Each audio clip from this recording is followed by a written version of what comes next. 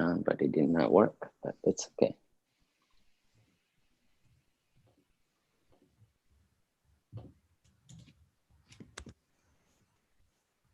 Okay, looks like we are live on YouTube. Okay, what day is it? December something? December, a few days. 22nd. All right, okay. All right. Okay, so while we are on YouTube Live, today we're going to have a AMA session, Ask Me Anything, with Aleph team, Aleph Global Scrum team. So it's truly a global Scrum team right here. So because we have folks from all over the world, right? Maybe we can just go around and just, maybe you can say your name and just tell me which part of the world you're in. Right? Andre, you want to go? Okay. Hi, my name is Andre. I'm from Guadalajara, Mexico. Okay. Hi, I'm Yasmin. I'm from Toronto, Canada.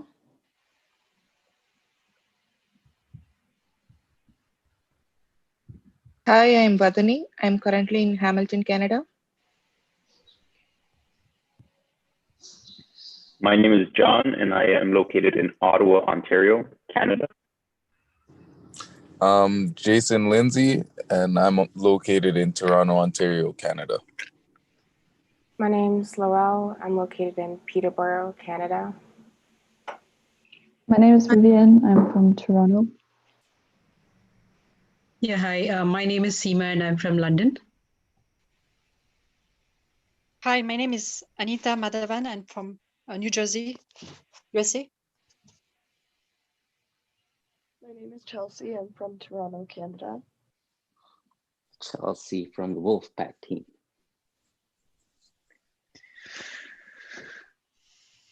Hi, my name is Christy. I'm from Ontario, Canada. Hi, my name is Mariam. I'm from Dubai. Hi, my name is... Oh, sorry. That's okay. That's okay. You can go. Or yeah, well, I just want to say hi. I'm from Dallas, Texas. You can go ahead. Okay. Hi, I'm Cedella. I'm in Hamburg, Germany. Hi, I am Ruiz. I just moved to Colwood from Toronto, Canada.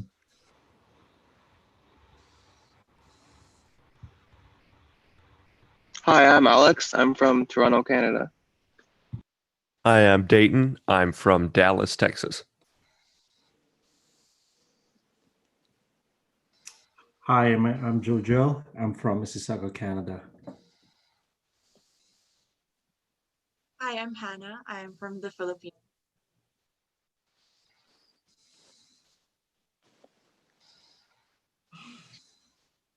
All right, folks, is this it? Anybody? Okay, so without wasting any time, we will move forward here. Well, basically AMA is Ask Me Anything. Right? So I will actually kick off this live session. I know due to COVID, a lot of things have changed, right? So our lives have changed, right? Most of you in Canada, obviously, most of you are like in strict quarantine. Like most of the countries are kind of going through changes, like personal life, professional life, and a lot of things have changed, to be honest. Right? I know for sure we're never going to get back to normal. I know that's kind of sad news, right? But so I guess, we'll have to get used to the new normal. And especially in the digital marketing world, there's a lot of things happening, right? It's actually a good thing or a bad thing. Again, good thing because you're able to work remotely. You can literally work from anywhere, any part of the world, work with any clients. And the bad thing is obviously you're not able to meet those people quite often. Right? But again, from a technology standpoint, from a digital marketing standpoint, this is definitely a great opportunity for individuals. So other day I was actually reading an article about especially in India, a lot of tech companies, because of the bad traffic, the traffic there, people are required to come. It takes like 2 hours for them to go from one place to another place to actually go there and work. Right now, due to the pandemic, how the companies, like big companies, have forced employees to actually stay at home, and how it has been productive, right? And that's a very, because the management style, there's a lot of things, right? Basically the management style is that you actually very hierarchical. Even when you're actually going for a break, you need to check with your bosses, like, hey, can I go for a break? I mean, it's not all the same there, but the thing is, but in those kind of situations, because of the pandemic, how actually things have changed. Even now, what I also heard, like I have a few friends work as the developers. Their boss is like, hey, why are you not online? Why do I not see you online? It's like they're kind of micromanage. But the thing is, there's so much you can do, right? So anyway, so the world has changed. The world of the world of work has changed. So it's exciting. I'm actually excited to see how things go as we move forward. The good news is, there is a vaccine out there, and so there's some positive news as we go into 2021. Right. All right. Okay. So I'll open the floor here for questions. Any questions for me, or Andre, or Joe, or Hannah?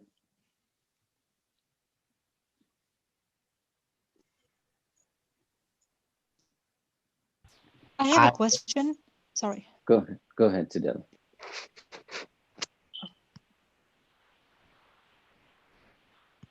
Hello? Cedella, go. I can hear you. Go, go, go. Oh, this is Anita, actually. Oh, okay. All right. Go ahead. I was just wondering when we will be starting the blogs, to write the blogs, because I was just wondering, when will that be starting, or we can start anytime, or how? Okay. So I just wanted to clarify. So this live session, we're on YouTube Live, so we're not talking about the coursework, right? Okay. So we're actually having a general discussion about, digital marketing, general discussion about, if you have any questions, it's like if you are pursuing, like if you have any questions or any clarification on how digital marketing and things like that. So we're not actually talking about the coursework per se. Okay. Right? Understood. Okay. Thank but you. I will save that question and I will respond Sure. to you. Yeah. Thank you. Thank you. Okay, I guess I will start things off. So Paul, what was it like starting like your own company, and I guess getting Aleph to like where it is, along with like digital marketing and like content marketing? Okay. Sorry, question. Can you repeat that question again? Yeah, so what was it like starting like on your own, like your own company, Aleph, and then like, I guess, starting like in the beginning with like the digital marketing and like content marketing to like get yourself out there and like get Aleph out that like out there. Can you tell us a little bit about like that journey? Okay, right. Okay. So my personal journey, I would say, when I moved to the UK, one of my first job, I think this is still my, the best job that I've done in my entire life, to be honest. So one of the first job that I, like, while I was still going to school, one of the first job that I got was basically selling toys in the streets of UK.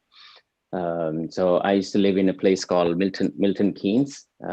So it was basically on commission. Right? So you literally have to drag a big bag with the toys and just knock on the doors and sell the toys. Right? And I really, like when that was really my first job as a salesperson. And the first week of training, great. Second week of training, great. So we did good. I got free lunch and everything. So And then my manager took me to basically, okay, let's go out on the streets now, right? So basically, we went out there, and then we were like knocking on the doors, especially most of our target audience was bars, like, go to the, to the bar and basically sell toys there, right?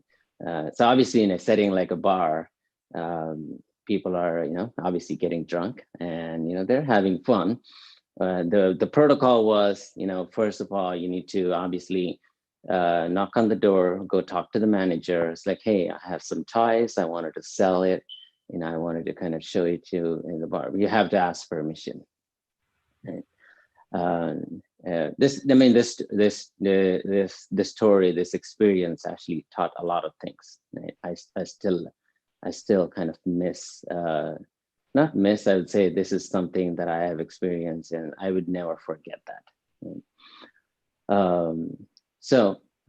My manager, she was, I think, she's a Muslim, and she was wearing this headscarf and everything.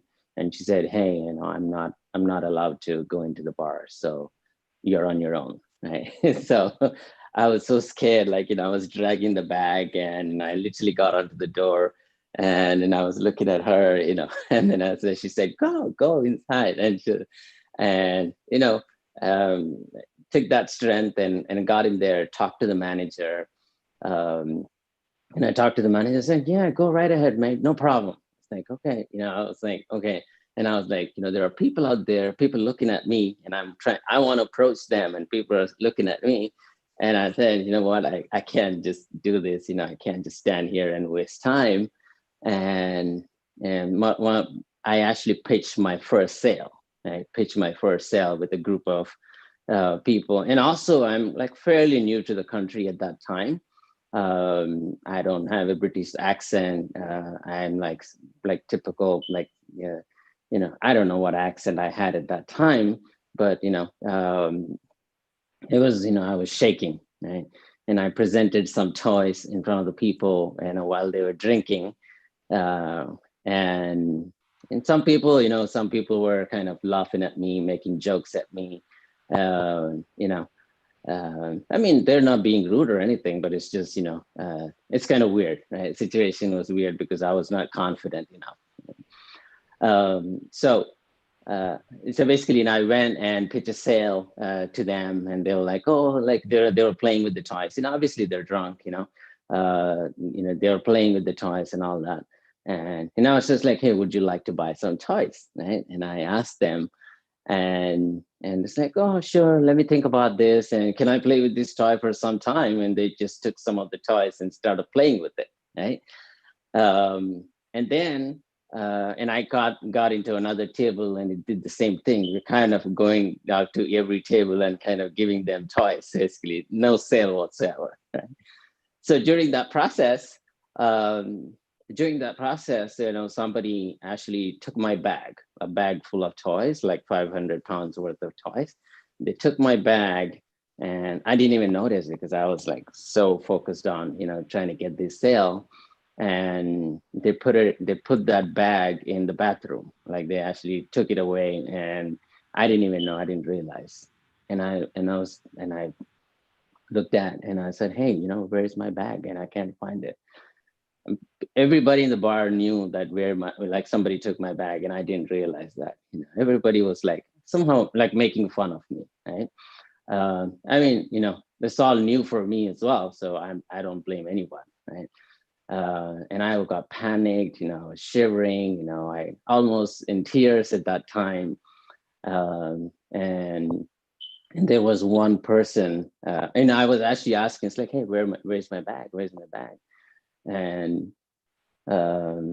eventually, I asked manager too, the bar manager, and the bar manager also said, hey, I don't know where it is. They were all making fun, basically, right? Eventually, there was one person came about and just said, he actually put, hand around me, and I said, hey, buddy, don't worry, we're just making fun, don't worry, we're here. And he actually took me to the bathroom, to the restroom, and got my bag, right? And And eventually, I was like literally in tears. I didn't know what to do. It's like, hey, 500 pounds worth of, things, what should I do? Like, because I'm a student at that time, I don't have enough money and all that. Right? And eventually, whatever for obviously then what I did was, those people who took my toys, and they literally started like buying those toys immediately. It's like, hey, one person gave me $20, another person gave me $15, and literally I sold around $300, 300 pounds worth of toys. Like that was my first sale, right? And I was very excited. Life kind of teaches you so many things. Basically, that's really where I started my journey. That story still inspires me. That story, that experience, still inspires me. If I had been given a job to go out on the streets and actually sell toys again, I would do that without any, thinking about it. So that story, that life story, actually gave me a lot of motivation, I would say. I still think about that. That's really my first job. And again, long story short, my manager was very happy, and I kind of moved on from that job, and then started, becoming, my journey as a trainer, work for IT companies there. I was like very young, like about 20 years or so. And then started my journey there, worked for IT companies as a trainer, and tried few businesses there, failed terribly. Tried when I moved to the US, I tried few businesses here. I failed miserably. And then, you know what? I need to find my strength. I need to find, what I'm good at, sales, marketing, more so I would say being a trainer. That was actually my strength. That's something that I have learned, be able to motivate people, try to find the skill from people, and then kind of help people as well. So I've been trainer, and I think, I've told most of you is, before I even got into this big business of setting up this IT training and consulting, I was a trainer myself. And if you go through the YouTube channel, you will see some of my videos where I first started my journey as a business analyst. Right? Even now, I'm very, very passionate about training, coaching. And one thing I actually really, really believe in this is, okay, you don't need a degree. You don't need like 50 years of experience to be successful in life. Okay, you need to have the right mindset. Right? You can learn anything. You can actually learn anything. You just need to have the right mindset. Okay. Sorry, that was a long answer, but hopefully, and I love it. I enjoy what I'm doing right now. I enjoy how people are learning, even from this program. People are being creative, doing a lot of creative stuff, blog writing, content writing. This team actually has done, like, I work with actually multiple teams, but I have to say, like, this team literally is on the top right now, the way that you're actually coordinating, working together as a team, delivering quality content and such. Thank you, Paul. That was like a great story, and like definitely I can see how it has shaped, and I definitely see how Aleph kind of like came out like from that story. So thank you for for sharing it. All right. Any questions, folks? Hey, Paul, I have a question. Aleph is doing business in many countries and many continents, I would say. So how do you see, what do you see difference between all those regions, between, for example, India or Asia and the US? How is different business in there and in here? Right. So business, obviously, when it comes to competitors and such, obviously, the business is different. Their business model is different. So our vision is, obviously, we're a global Scrum team. So right now, as you can see, we have a global team right here. Right? For us, country, the region doesn't matter, right? Because our, Aleph represents, this global entity, right? So that's really more like, oh, we're not going to say, hey, we are a US-based company, we are a Canadian company. Right? For us, I know most recently Hannah was talking to somebody in Afghanistan, right? So we actually have an intern from Afghanistan, right? It doesn't matter. So region, so he's actually part of that an internship with the Africa team. So region doesn't matter for us. So we basically are a true global team. All right. Okay. Any questions, folks? I would like to see any interesting digital marketing questions. Hi, Paul. This is Padani, and I have a question for you. So, what are your long-term career goals with respect to Aleph Technologies? Oh, okay. Can I answer that later? So, I will answer that later if that's okay. Okay. Right. I do have a question. Oh, go ahead. Wait. Thanks. I just have a quick question. I'm just curious, did you start the company with a partner or kind of on your own? On my own. That's amazing. Wow. Yep. Yeah.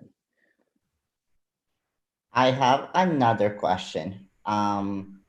So obviously it is kind of like of a follow-up to like what Andre just asked, but where do you see like the next markets where like you would like to see Aleph like in the short term, like let's say like in the next year or like two, like which countries are like will you say are like where you want Aleph to be next?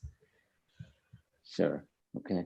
Well, I think digital marketing is one of the biggest arena right now in terms of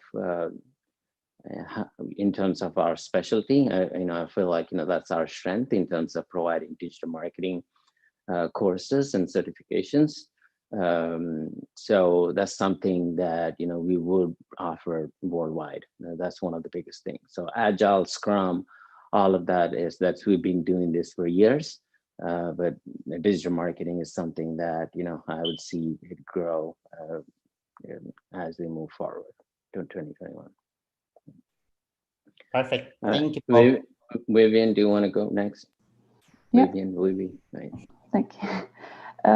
You were talking about like the COVID situation and everything, and I was just wondering, where do you see, or what kind of skills do you see the most in the most needed in 2021? Love this question. I would say video editing, creative work. So video editors are, it's so hard to find video editors these days. So video editing is actually one of the top skill. Why? Because most of the independent photographers and videographers, what they started doing right now is, initially their target customers was, hey, you're getting married, okay, we can do a video shoot and all that. Now their target customer is entrepreneurs, right? So now their target customers is basically big companies. It's like, hey, I can do a company ad for you. I can do a company intro. Like, although it's like a 1-minute video, it's very expensive. They charge some videographers, some professional videographers, they actually charge per second, per minute and such, like per animation. Right? So definitely video editing skills, creative work is one space. There is lots of opportunities, right? Setting up social media marketing, social media manager, it's fine. That's something. But if you want to kind of stand out, I would say creative skill set is something that you need to focus on. Great question, by the way. I have another question. What is the most serious challenge you see for digital marketers today? Oh, okay. Another good question, actually. It's another question. I think there's too many digital marketers, to be honest. Too many of them. Like everybody is a digital marketer these days. Okay. Because how much time does it take for you to open a Facebook page or LinkedIn company page? Right? A lot of them open it. So I mean, it's just easy. You just go through you can whatever we taught as a digital marketing content course, you can go through this on YouTube and actually do everything on your own. Right? But the thing is, there's a lot of people who are digital marketers. How do you stand out? Right? Who has the real skill? Right? Who has the real skill? Who really has the right skill set? In terms of creating content, creative content, in terms of creating writing and all that. What I believe is, if you have the right skill set, if you have that right specialty, if you have that right strength, you will definitely stand out in the crowd. Right? And another example is like offshore. A lot of companies actually provide digital marketing services offshore. Right? Why would anybody pick you versus somebody offshore? So, and I say, having that right skill is very, very important. Doing that detailed analysis in terms of digital marketing.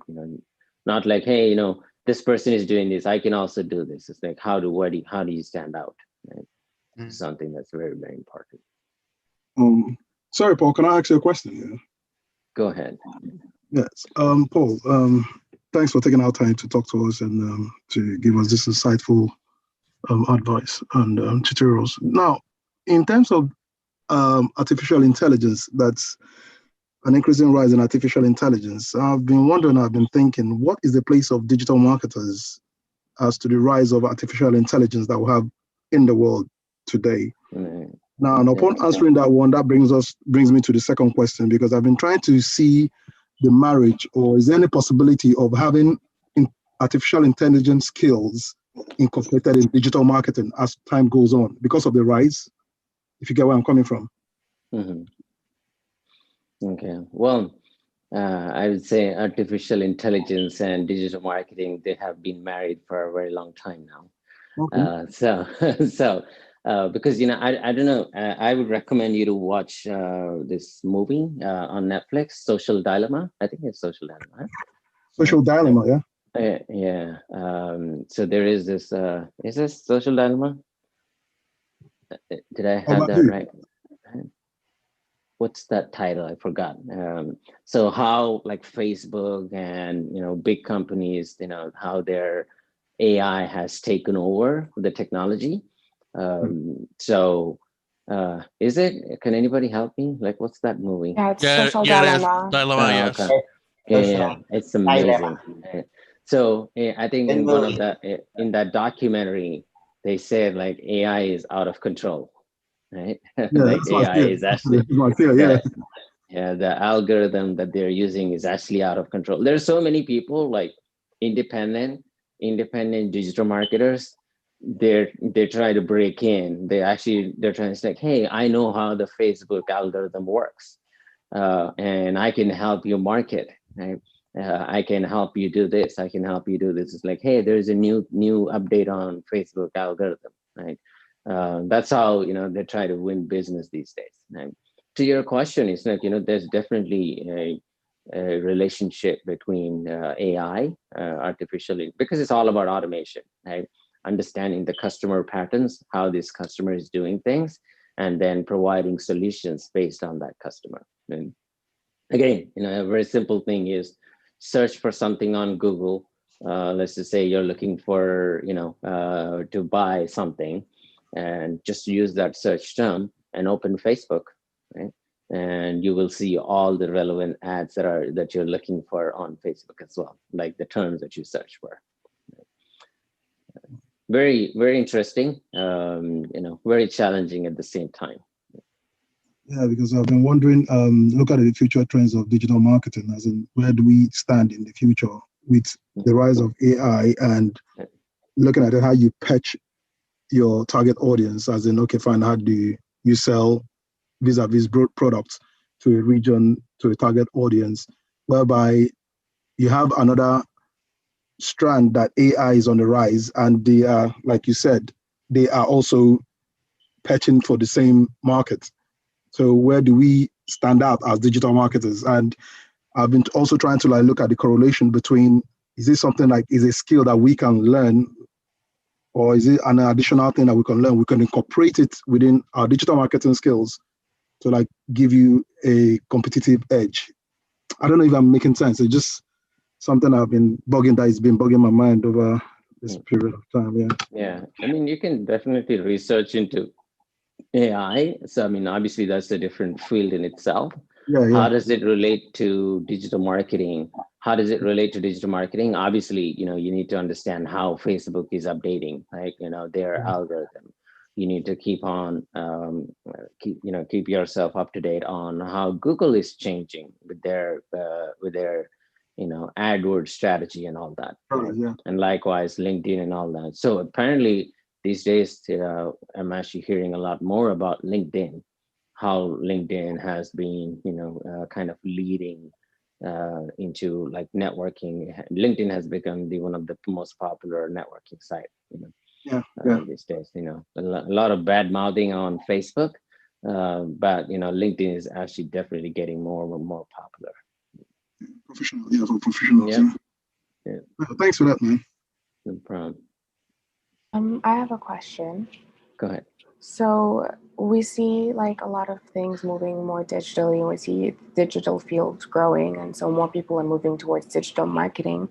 Do you think other marketing fields like PR and even crisis management, do you think that will more merge with digital marketing or get smaller or? Oh, absolutely. Absolutely. I think that's going to happen. Right? In the IT world, there is no such, there is marketing people and sales people and all that. But the thing is, it's more digital marketers. Like most of the time, it's digital marketers that are actually winning. So before, and I know some companies, they had like sales team, marketing team, and then like they never had like a digital marketing team. Like they actually they have like people who have like MBA, who have like business knowledge, business degree and all that. They're like core marketing team. Okay. They are still in those like, oh, let's send this flyer, let's send this email campaign and things like that. Right? There's no true digital marketers per se. Right? And I think over the time, things have changed. So recently I've been talking to one of the clients where these people are digital marketers. These people are like, there's brand marketers and, some digital marketers, social media marketers and all that. They are a team of 10 people, and they all are trying to work together in a team. And they asked us to kind of put a proposal together. It's like, how can we all work together? How can all our strategies work together? Right? So this includes also product team as well. So if you are, in a product innovation team and things like that. So product team should also be part of your marketing team. So to your question, all these departments who are into like different, focus areas, we all need some kind of, a digital marketing skill. Right? Think of just you as like you as a personal brand. And if you don't network with people, if you don't connect with people, if you're not, active on social media, and if you're looking for like opportunities, opportunities won't just come to you. You should go look for opportunities. So the dream, like this is how I'm envisioning, right? Maybe I don't know if that's going to happen in this generation or next generation. Just think about like everything is online, right? You don't have to go to the grocery store. You don't have to. You really don't have to go out for anything, to be honest, right? Other than just go out and eat. And if you want to go out and eat, like there's no shopping malls, there is no, grocery stores, nothing. Like all you have to do is just go out. You only go out to have fun and just go out to eat, right? And I actually think that that's going to happen. Like these grocery stores, I know I've seen this in America, like grocery stores. because of this COVID and things like the big grocery stores like Walmart, right? And now they have this pickup, the pickup where you can actually drive through, just go in there, and I use this a lot. So when I go to Walmart, and as soon as I enter the Walmart parking lot, I'll just open my app and I'll just say, hey, I'm here to pick up groceries. Okay, I just click on it. Okay, that's great. So somehow this app calculates that, the distance between me entering into the parking lot and me parking at that spot, right? As soon as I park, my app automatically recognizes like, oh, it looks like you're here. And it just pops up a message and I said, yes, I am here. Now pick a spot where you're at, pick the parking spot, right? And then I select number 3. Okay, I'm at parking spot 3. Right? And I go there, and obviously the person, as soon as I park, the person is just walking out with my groceries, and I open the trunk and they'll put my groceries. And another scenario where, where I was like, you know what, I'm not going to call anybody. I'm just going to come here. I came through the parking lot, and I parked my car at parking spot 3, and I called them. It's like, hey, I'm here at parking spot 3. Can you get my groceries? One lady, she was like, bringing groceries for everybody except me. It's like, what happened? I say, hey, I've been here for the last 15 minutes. Like, what happened? I got so frustrated. I called somebody and it's like, hey, I called somebody. Hey, did you check in the app? And it's like, hey, next time when you come in there, make sure you check in the app, that because that's better. And I've been doing that, every time I go there to pick up, because it's all automated, right? It's all automated and it works for them. I think it actually works for them. It works for me as well. My wait time has changed from 15 minutes to 1 minute. Okay, I know I'm kind of going off the topic here. But the thing is, I think things will change. You will see grocery stores disappearing. You will see like big malls like disappearing because, companies are investing more and more online. Right? So you think with disappearing of mall and basically offline business, offline marketers will disappear as well, and they will mostly all shift to digital marketing? Absolutely, I agree with that. I agree with that. Right? Companies actually have suffered because they have not done online marketing. Companies have actually suffered because they have not done online offerings. Right? Those are the companies that got big hit during this time. And I think, and I'm not sure how things are in Canada and other parts of the world, telemedicine is going to be the big hit. Telemedicine is going to be the biggest hit during this, telemedicine, doctors can see you in person, I mean, like on Zoom. That's going to be a big investment as we move forward. Okay, Oh, thank you. Oh, sorry. I've got a question. Just in regards to the COVID situation, it does kind of have to do with the question that you just answered. Have you seen an increase in unlikely businesses for digital marketing? Like getting into digital marketing? Does that make sense, that question? No, sorry, can you repeat that again? So I'm wondering if you have seen an increase in unlikely companies. So have you started having people like grocery stores come to you about digital marketing, like those kinds of clients? Mm-hmm. Yeah, I think that's a very, very interesting question. I think you can order Tesla on using your computer, right? You can actually order a car. Yeah, I believe you can, right? I don't know if they actually Tesla have basically they actually have like a big real estate in the marketplace. And so I think I'm just thinking out loud here. So I think that's going to be one, like you can actually order a car online. Yeah. I think people are already doing this right now. Right? A lot of companies, especially here in the US, because obviously you can't go in person. There's a lot of virtual visits.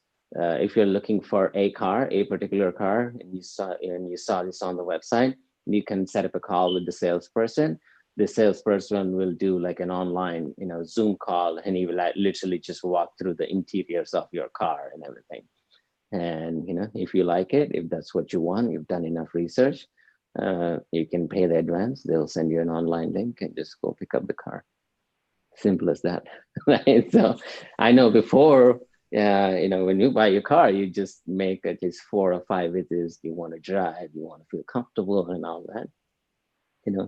I think more and more unlikely businesses will do that, because the thing is, sales are getting impacted for businesses. How can they actually attract customers? And what I've also noticed in the US, there are some companies, they're saying, hey, we will come to you and we will show you the car. Just send us your address. And you know what? You can actually keep the car for 10 days if you want to kind of experience it and all that. But we're going to ask you for like a deposit, so in that way you don't break anything. You can keep it for a week and drive it if you're comfortable. If you want it, just take it. Well, here, Cedella, I have a question. It still goes back to something you said a while ago about it's just good if you have the skill set and to utilize it as a digital marketing manager in today's changing world.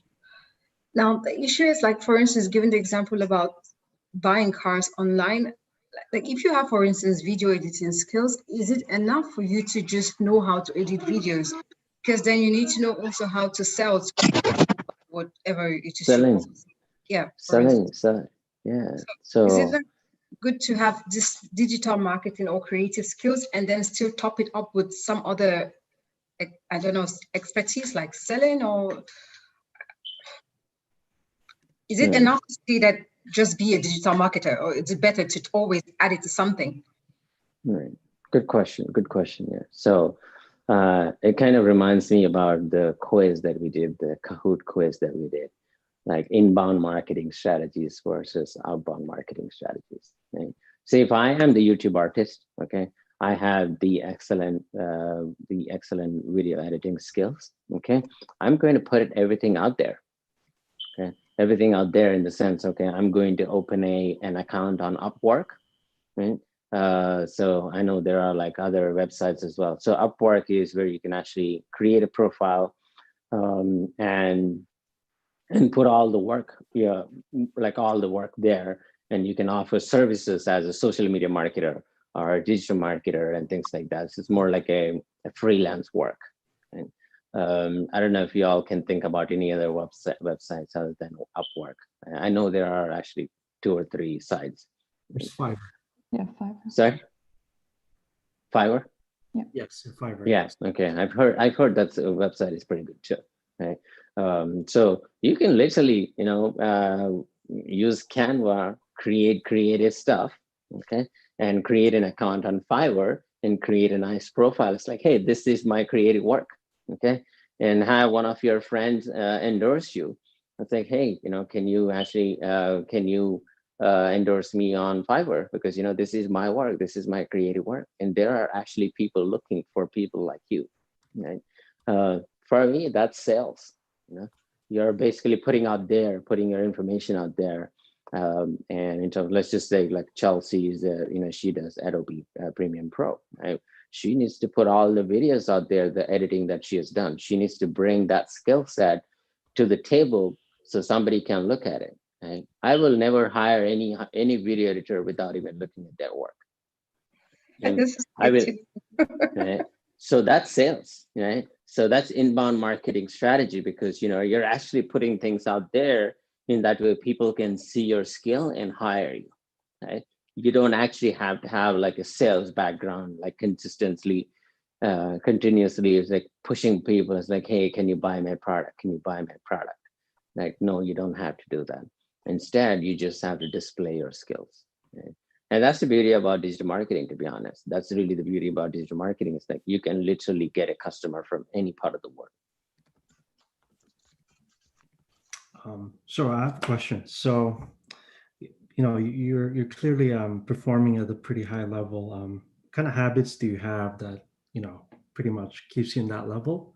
And do you have any morning routines or anything? Because I'm sure you have a lot. Oh my goodness. I don't know. Like, you gotta organize things, right? I'm actually terrible at organizing things, to be honest. Call me chaotic person, that's okay. Call me creative, yes, I'll take that. Right? So there is one thing that I consistently do is actually do CrossFit. I work out every day. It's 5 days in a week. Yeah, and I do that. I plan to do this even on a Christmas day. I enjoy eating. I enjoy good food. So I have no control there. So at least I can control.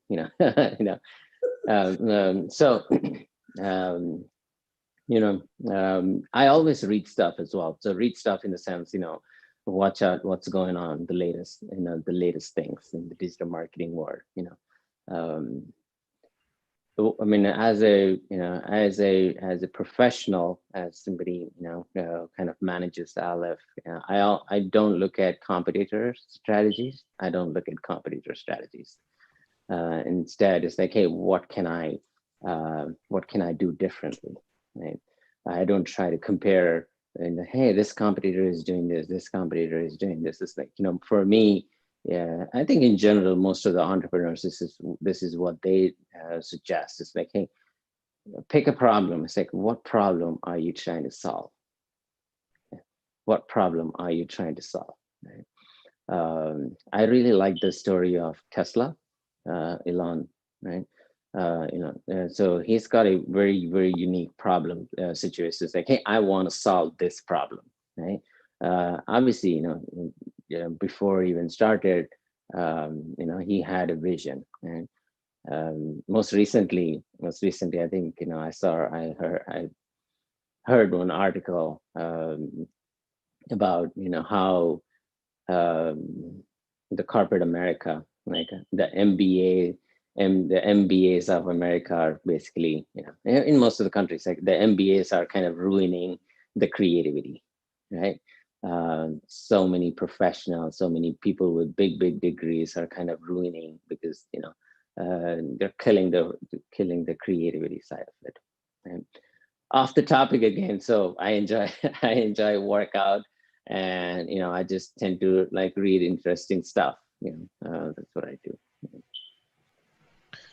You said that people are, MBA, they are killing the creativity. Do you think digital marketers, especially, these people who are creating nice content, like creative content, do they need to fight that? Like with, for example, their clients, if they have a client who is like super conservative and, he barely agreed to start this digital marketing thing in his company. How do you think you should explain them? Why is it important? And even if the person is super not into it. Right.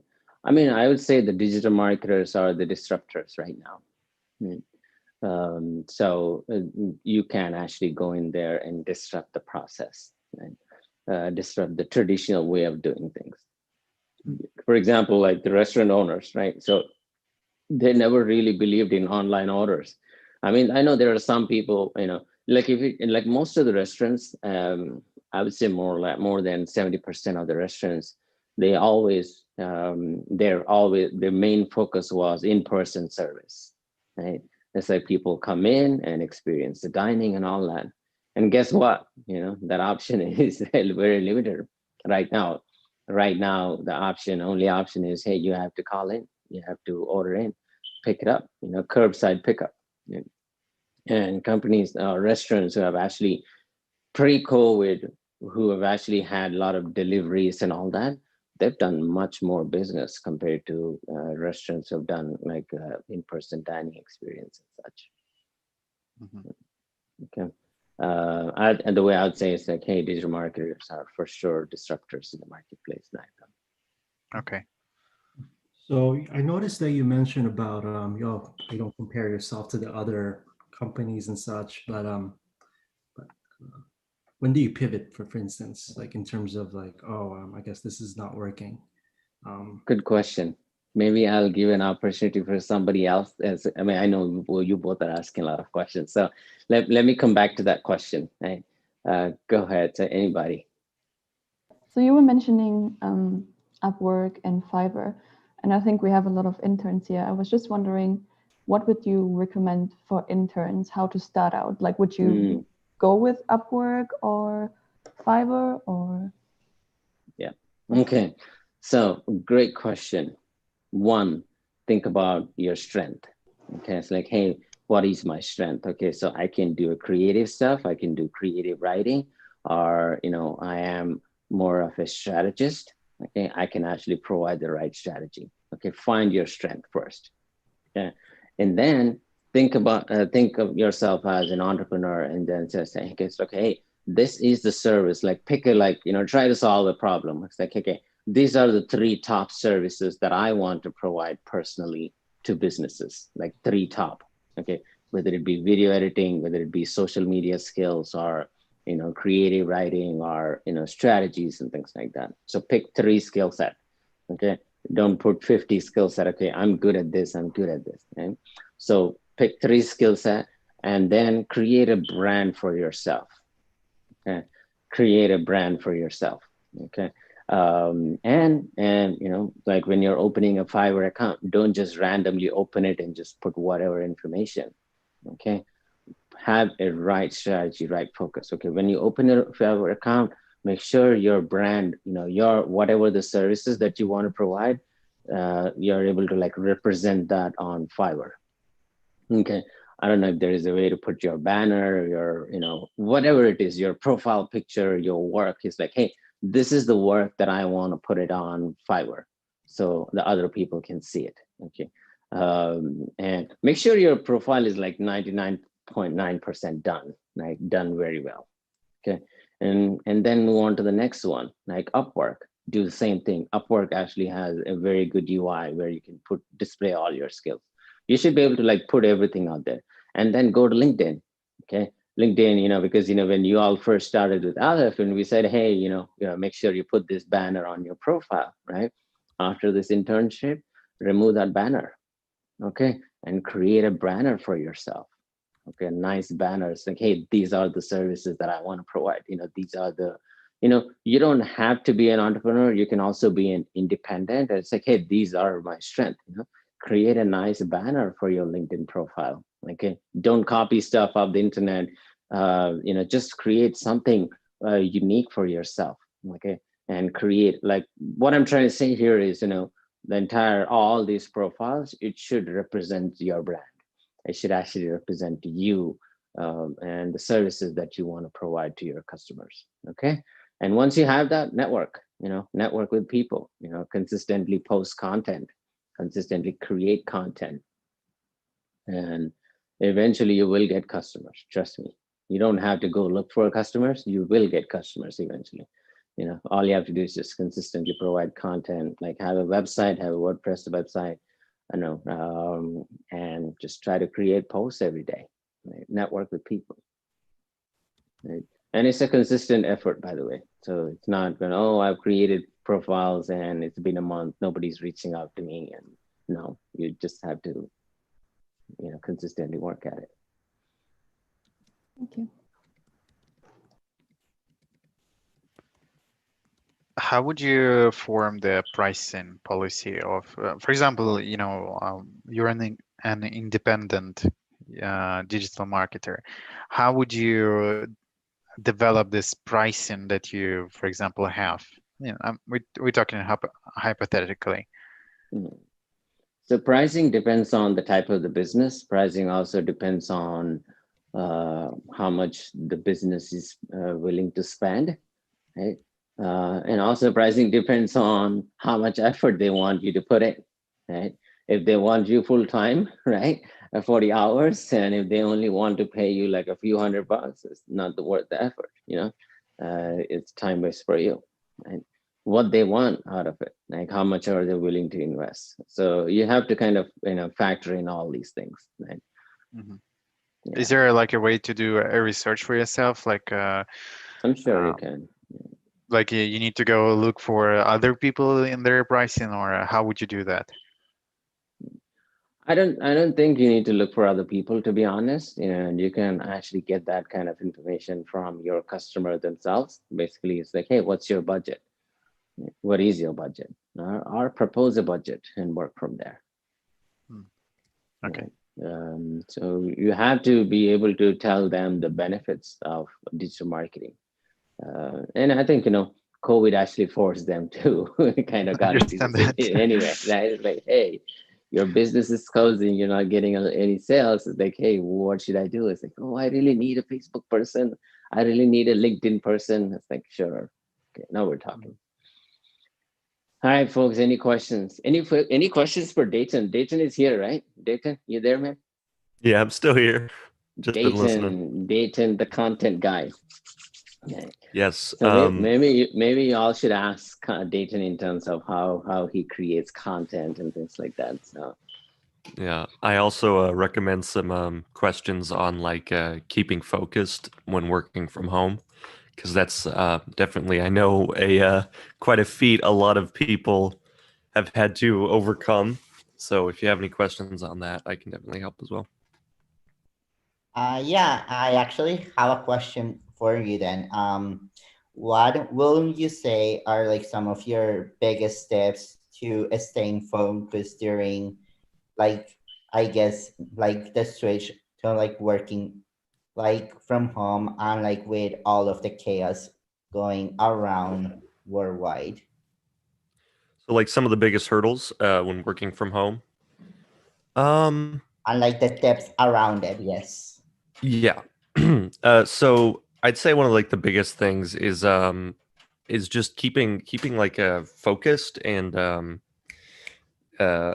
motivated. That's the biggest thing. When you see everything that's going on around you and you may feel like, oh, unmotivated and maybe stressed out, it's important to sort of bring yourself into the here and now of the situation. Where you are right now, take a deep breath and look at your work in front of you, and you say, okay, all right, this I can't control, but what I can do is what's in front of me right now. So let's say, for me, I have like I have coursework to do, or I have social media posts to configure. I look at that and I'm like, okay, this is my focus. This is what I need to do. I will focus on this, and the rest of the world sort of melts away.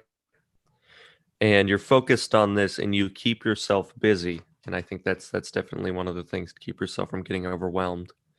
And to prevent burnout, I recommend like going outside for a little bit. You don't have to go to like a store or anything. Just walk around outside or sit on like a porch or something, just to keep yourself from getting overloaded. But it's important to keep yourself busy. You don't want to be sitting, not doing anything, just thinking a lot, because you can definitely make yourself overwhelmed. So.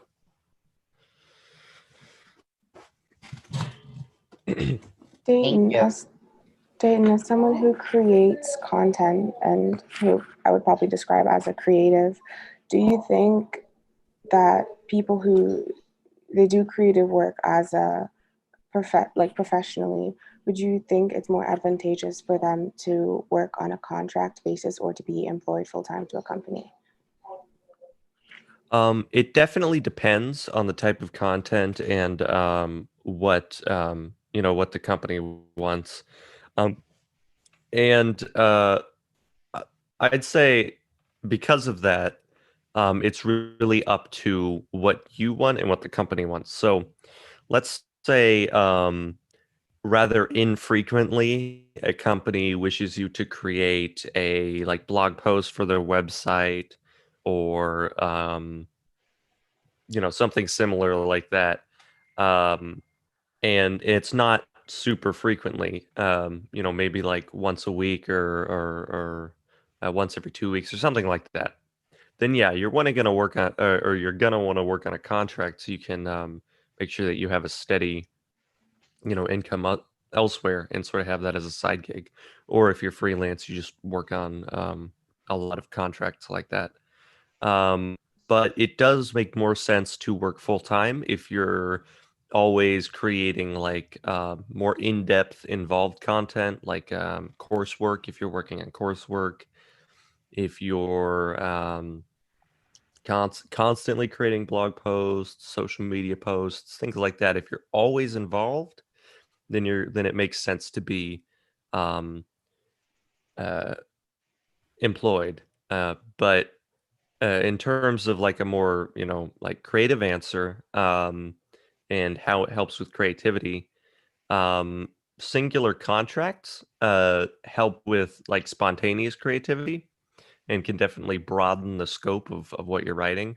But constant employment gets you into the mindset of what the client or company wants more, because you're already in that mindset, you're in that mind space, and so you can tailor the creative work closer to that. If that makes sense. Yeah, thank you. Very good question, by the way. So I think it also depends on, some people get really comfortable with a full-time job, having a full-time job, and it's like a regular, a regular routine, I would say. And me, I'm not that regular routine person. I always need to, do something different. I think, based on the market right now, so there is both advantages and disadvantages. But if you're really, really good at creating content, I recommend being a contractor. Like if you're really, really good at it, right? But at the same time, but Paul, I don't have any experience, how can I be good at it, right? Something that you need to develop over the time, If no company wants you to create content for yourself, just find a passion, what you like, and just start creating content for that, right? Over the time, you will get experience, right? So especially in the video editing, images and all that, there is lots of opportunities for folks like contractors, independent contractors.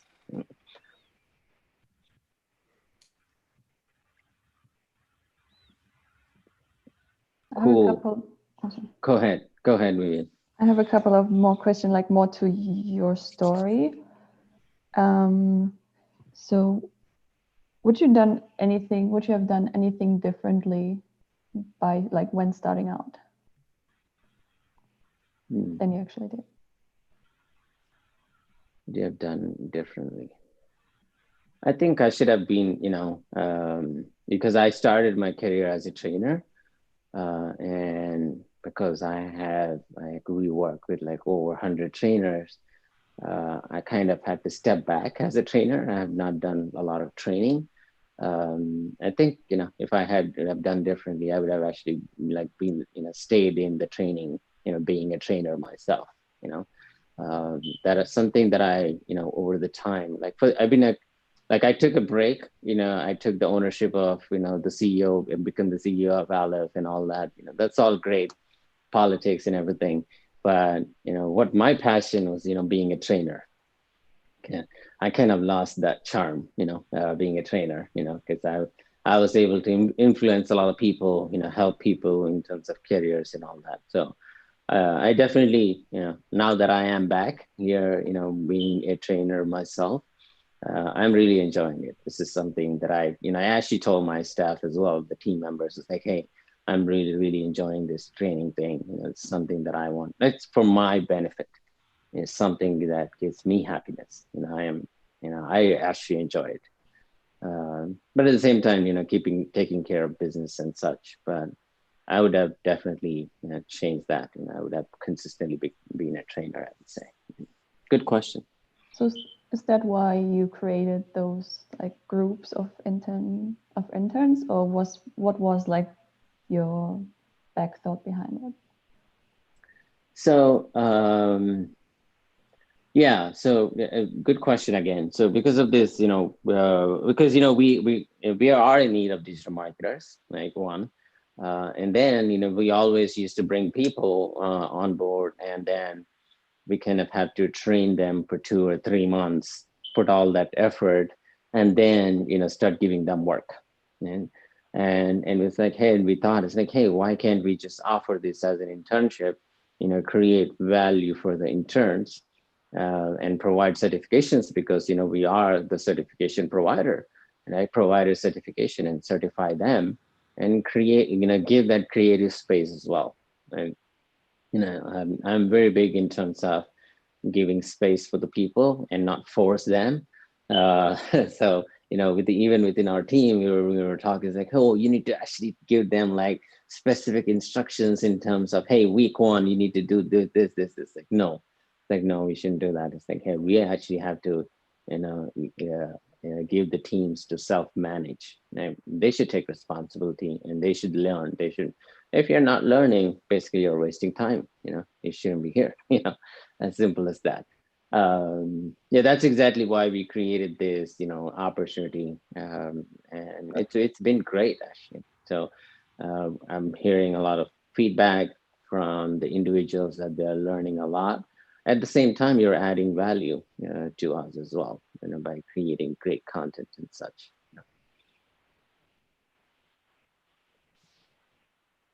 I have another question for you, Paul. So how did the partnership between Aleph and like the Digital Marketing Institute came to be? Right. So because this is another entity, so this is an entity that we have created. So the partnership is, again, because we are certifying, our company is IT training, consulting, and certifying, certification courses. And then it's like, hey, we kind of wanted to separate the digital marketing, courses, the digital marketing certifications. We want to separate it because of the opportunity there in the marketplace. And, we kind of had to create a unique brand out of that. Perfect. Thank you, Paul. So I know you've been asking me a lot of questions. Maybe I'll ask you questions.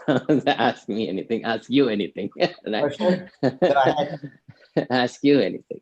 Andre, how are we with the time? We've been for 66 minutes. Okay. All right. 15 more minutes. We're going to end this. So I know, folks, you have learned a lot of, creating content, through this internship, right? So some of you are done really, really, really well, right? How do you want to kind of take this skill set? Like, what do you, see yourself, in the like after we're done with the paid marketing and 3 months of internship? What do you plan to do? How do you want to use this skill set? This is Cedella. For me, I think I picking from what you said, I figure out I'm kind of also like that in a number of ways, in the sense that I love to work for myself and I am very entrepreneurial. But then there's always the need to have a capital to start a business.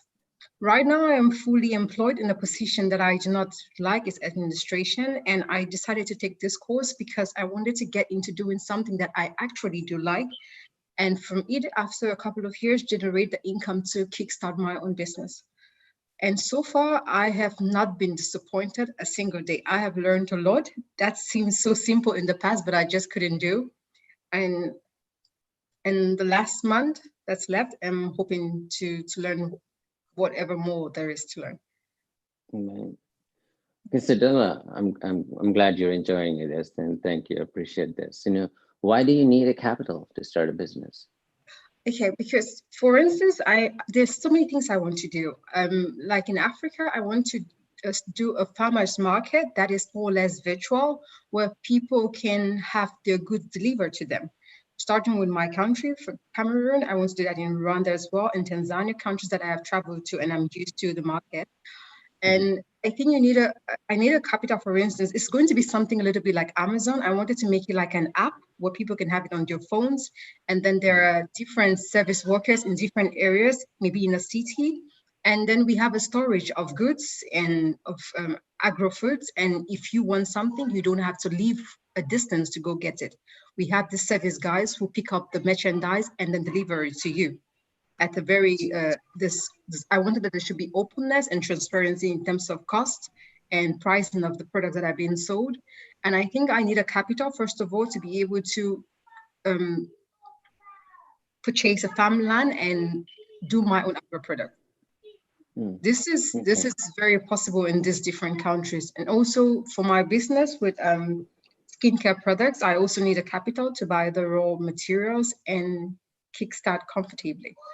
Right, but so okay, let's just look at one example, right? So with your with the business, the current business that you have, do you have any current customers, like customers who buy products regularly?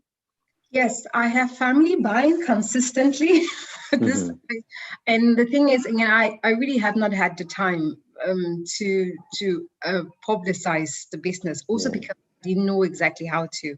So right now, what I actually believe is you have a very unique product, right? Because something that you create, you believe in your product, right?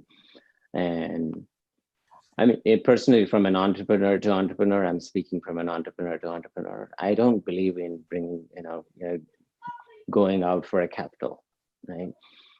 You don't need capital, right? So if you're actually able to generate income from your existing business and services, and you have to kind of build on that, right? You really don't need it. Like, if I say, okay, I'll give you 500,000, can you guarantee me that you're going to give me $750,000 back after you're successful? I would like you to sign an agreement. Would you do that? I never like to take loans to begin with. Right. So you really, I mean, honestly, you really, because I'm knowing you, I saw your product, right? You have put a lot of time and effort already into this. Okay. Try to sell on that product, right? Okay. Try to make money from that product. And then think about capital, think about investment, think about bringing investors and all that. So one is you need to really believe in your product. You should be able to sell your product. And it's okay, small wins are always good, right? You make $10 here, $20 here, $100 here. These are all small wins, right? Eventually you will build that. Okay. If I give you $100,000, okay, now let's go. Let's make you successful. Let's make some money. Okay. But are you able to guarantee that everybody will buy products? No. Right? So you cannot guarantee me that. So that's basically, capital is a liability, right? Unless you really, really have created something very unique product. Right? Okay. That's just my opinion, but I understand. We may be on a different page. Totally understand that.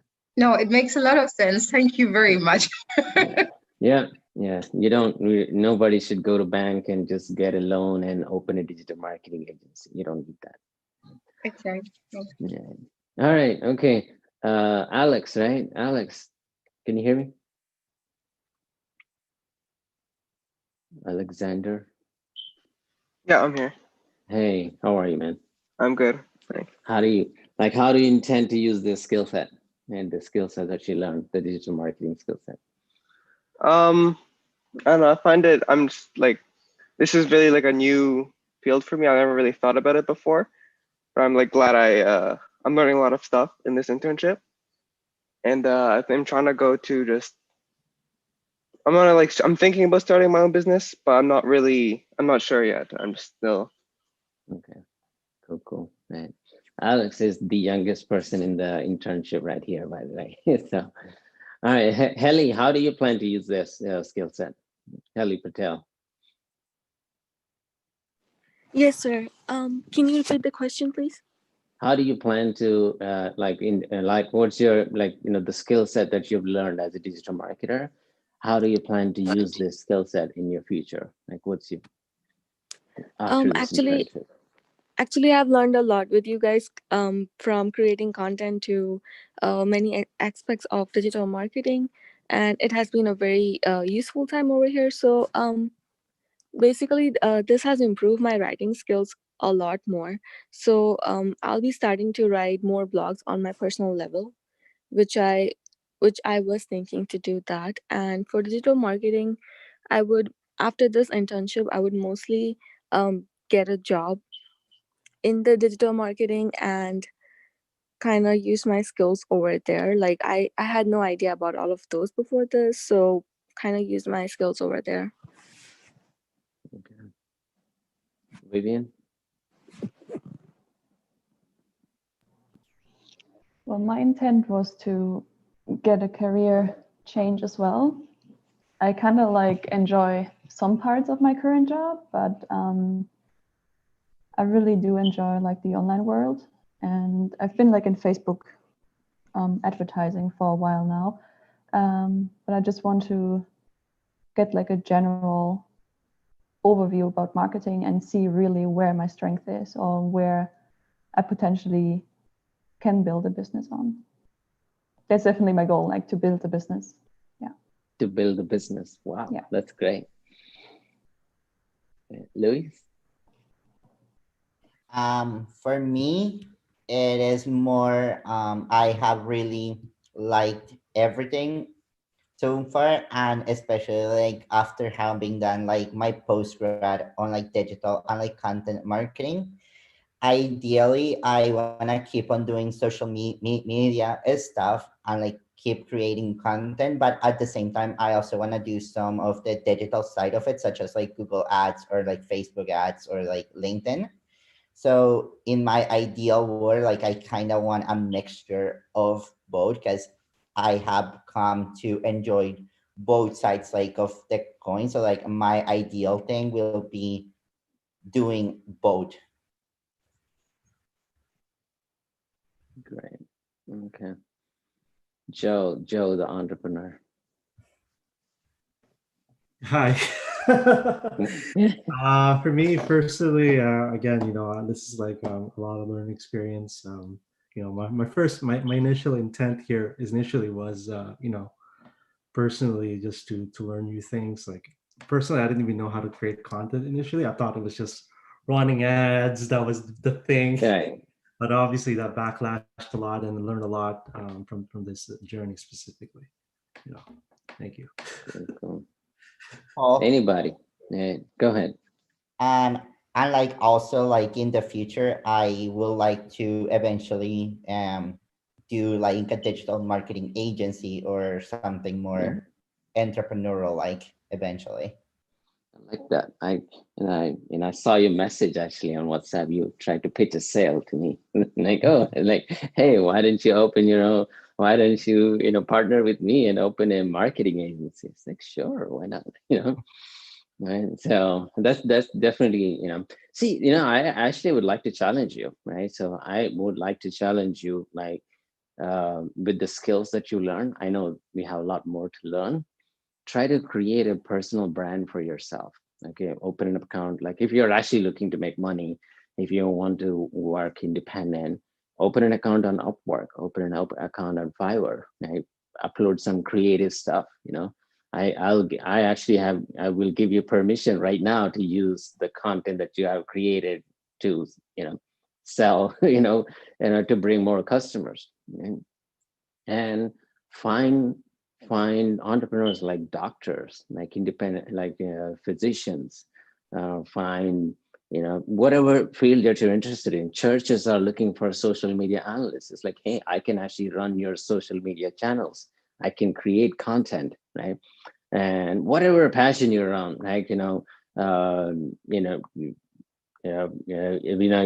you like dogs, find companies that are more into that kind of service, right? Find that passion. It's like, hey, these are the target audience that I want to reach out to them. Okay, message them, right? Message them on Facebook or message them on LinkedIn or message them. It's like, hey, I'm an independent digital marketing analyst. This is what I do for living. Can I help you with anything?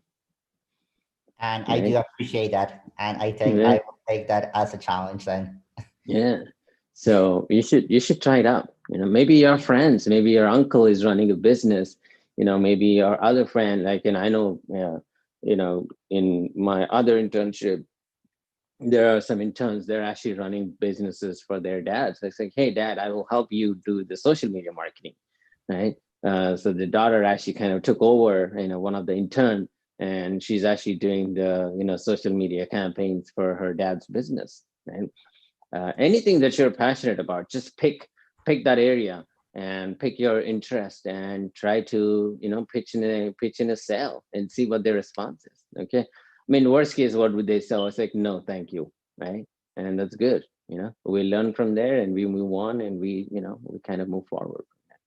Yeah, and Right. like I actually think that that should be fun, but like also it will take me back towards like my election days when I ran and like successfully won like 4 years of a students council during like my undergrad. So it will kind of like take me back to like those days where I was like pitching ideas and like then running for like an election. It will just be like on a different scale type of thing.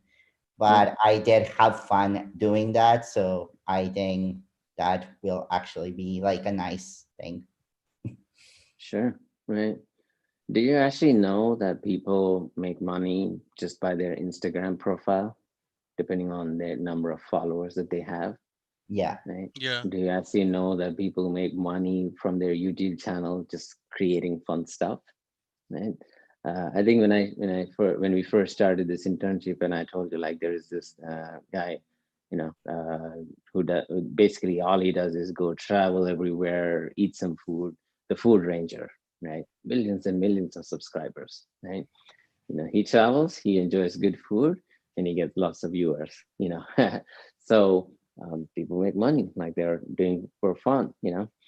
There's lots of opportunities, to be honest. Not just being a digital marketer. If you don't want to put yourself out there, your profile picture and everything, create a company, create a brand.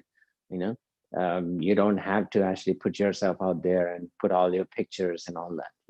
You can actually create a brand. It's like, hey, this is my company. Right? Even independent marketers, they don't. I mean, as far as in the U.S., you don't have to register yourself as long as you're paying taxes. You don't actually have to open a company in order for you to do business, unless you're trying to open a big corporate as like an agency and such. Right? So that being said, we definitely have plans to have open our own marketing agencies, right?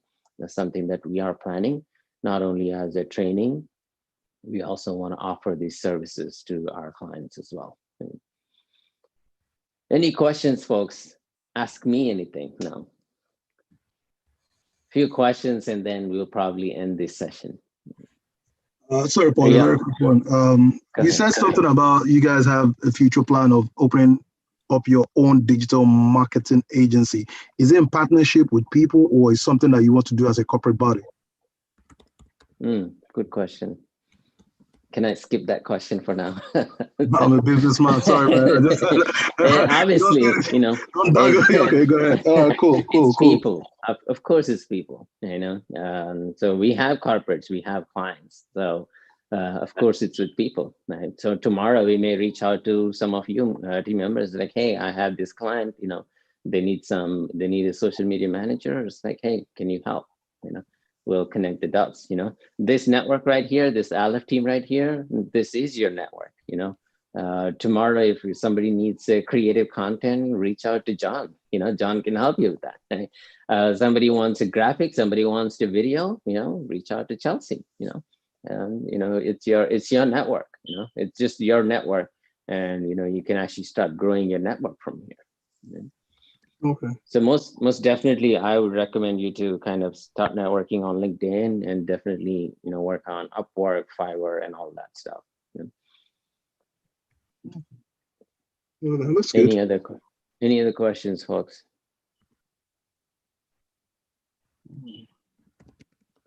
Two questions, and then we'll end this session. All right.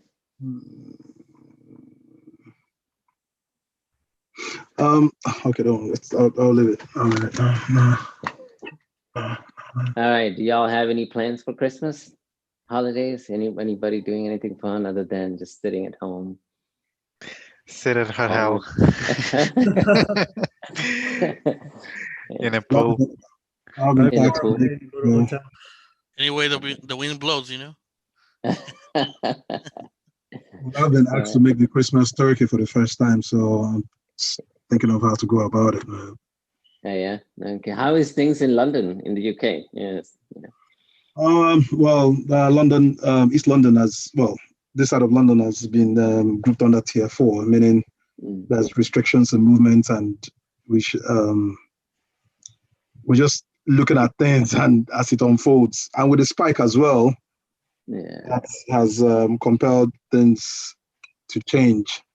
So now, both companies and businesses, a lot of people are under what they call the furlough scheme. If you don't know what it is, as in mandatory furlough, just stay back at home and you get paid, which a lot of people don't like. Thank God that we are still working, but we're still in partnership with the government. But at the same time, I don't know, I will not call it fear, the fear thing, but it's just nobody knows what's going on now. Now in the UK, I'm sure there's like online deliveries and all that.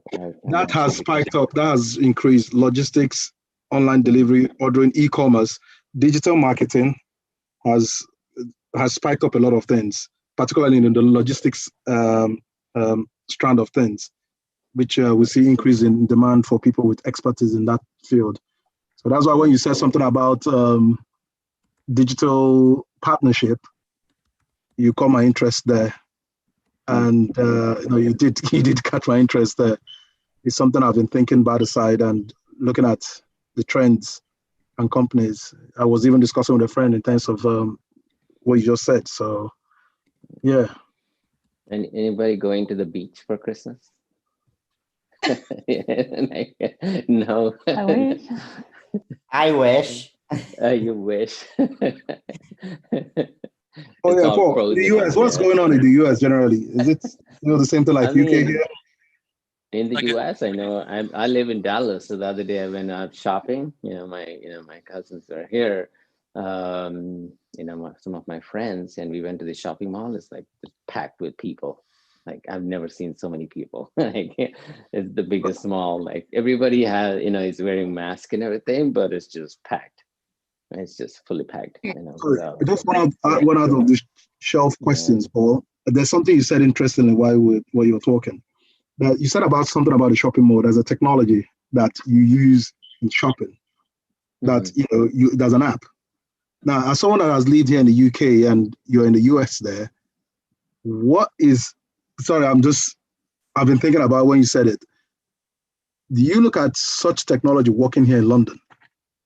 Because we still have, in as much as we still have the online delivery stuff, but this one is a drive-through. You're talking about a drive-through, like the McDonald's kind of drive-through. You go, you place your order, you have no contact, it's put in your boot. Yeah. I mean, I'm not sure how many drive-throughs there are there in the UK. We don't have, back then there was not many. So even now, we don't have, this side of London doesn't have, except probably the central, but it doesn't have. Drive-thrus are super popular here, very, very popular. Right? No, I definitely think that how many people buy clothes online? Loads. Like you order clothes online? All the time. All the time. Even before Corona. Even before Corona.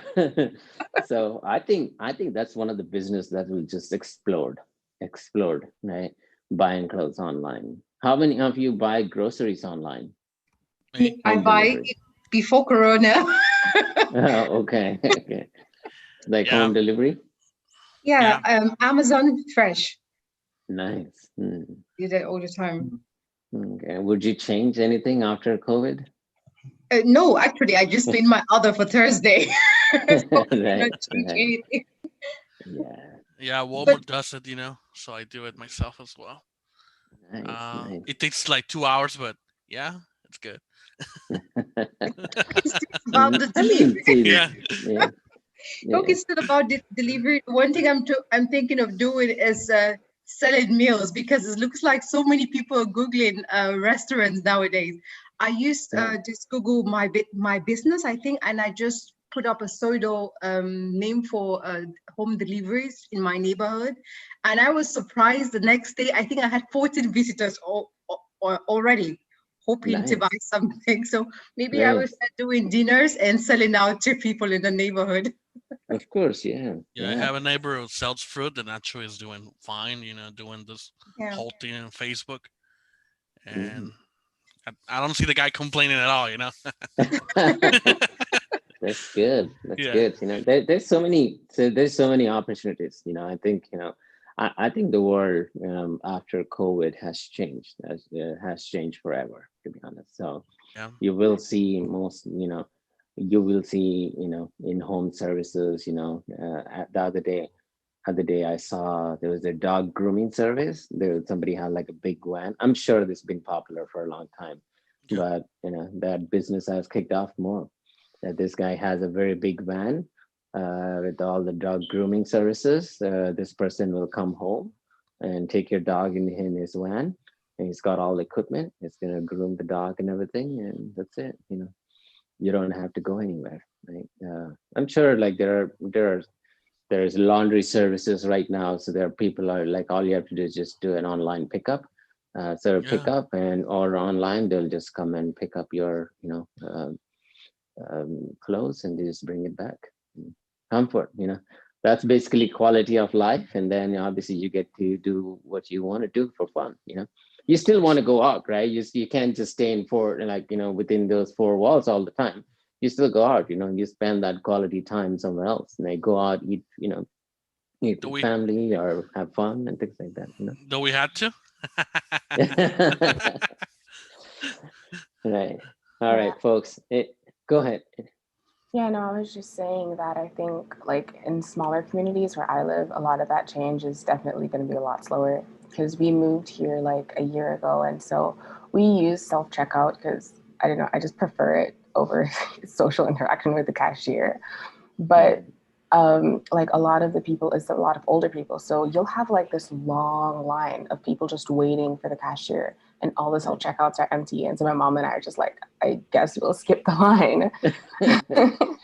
Yeah. Like everybody's I don't know why people don't it. use self checkout, to be honest. So yeah, I mean things have been forced. Like even in the stores, they're actually forcing people to go use self checkout because they're actually the in-person checkouts are getting, you know, shorter and shorter.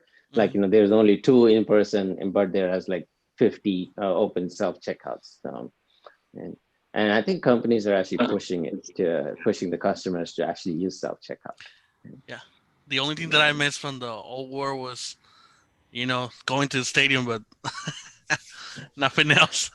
Right. Yeah, I know. Yeah, things like that. You know, that's for pleasure, right? You go there for fun. Yeah.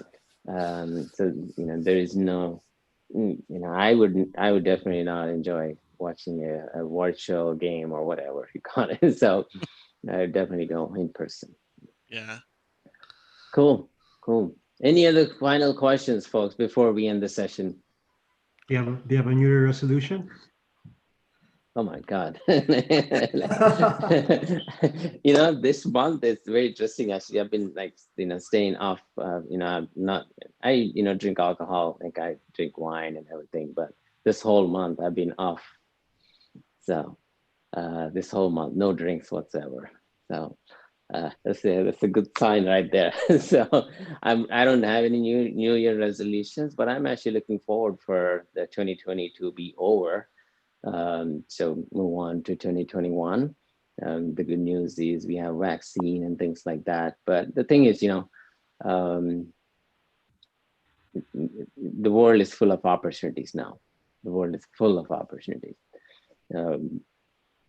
If you're in the digital marketing space, and if you're not finding this opportunity, that means you're doing something wrong, right?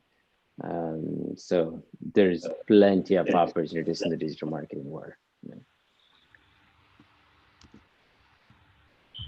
No resolutions yet, Joe. How about you all? Do y'all have any new resolutions? Anything? Probably start back up on exercising. I like when the pandemic just started, I was really dedicated for a good 2 months, and then I pulled my muscle and I haven't exercised since. I know, I understand. Yeah. Apparently, there's online workouts have been, you know, getting popular these days as well, like virtual workouts where you can actually get on a Zoom call like this and work out together. Especially those yoga classes and all that. So some more options there. How did you get started with CrossFit? How did I get started with CrossFit? Okay, well, because I mean, I've always enjoyed workout, so I do weight training and everything, and I like CrossFit because there's a local place that I go there because it's like strict. If you're 5 minutes late for this workout, they will not even allow you because of this social distancing and all that, and because I like it because it's time bound. I have to be there on time and I exit. Right? I cannot be on calls or anything because I'll be like seriously working out. So Yeah. it's like a 45 minutes intense workout. Even in this time, like by the time I'm done with the workout, I'm like drenched with sweat.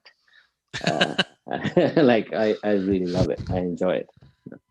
Yeah, it's actually the best part. Yeah. So I don't waste any time. So because sometimes when you go to the gym, you're like, oh, you try to call your friends and you're on the call and you're doing, being lazy and doing things, and then you take breaks and all. It's like, no. You feel tired, whatever. Yeah. It takes like 2 to 3 hours for you to go work out and come back. And now for me, it's like I really enjoy my workout here. So definitely focus on health is important as well. Yes, that's good. All right, folks. I think this is it. Any other questions? Any last minute questions? Okay. Well, thank you, folks, and I hope you all have a good holidays. Merry Christmas, Happy New Year, and I believe this is it, right? So, do we have anything like tomorrow, Joe?